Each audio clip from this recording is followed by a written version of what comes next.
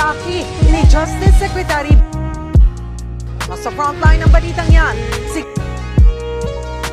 Sa mga eksklusibong litratong nakuha ng makikitang binuksan sa harap mismo ng inarestong lalaki ang parcel na naglalaman ng halos 1 kilong high-grade marijuana na nagkakahalaga ng 1.3 million pesos. Ang suspect, kinilalang Nakaupo sa tricycle, hawak ko yung manibela.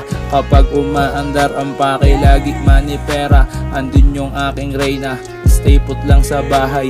Anak ko makulit, di niya lang busy kanyang tatay. Ako'y laging handa, yung marijuana ang ganda. Nung ako'y walang wala, mga kupal aking tanda. Pero la akong pake, ako ngayon ang may control. Makikita mo ako sa internet kaka-stroll. Kaya kung ayaw mo sa'kin, ikaw ay walang choice. Mga problema ko dito, tinuturing mga toys. Lagi kong hinihiling, utol kong may tililing. Pagkalaya mo, meron ka ng pamangking malambing.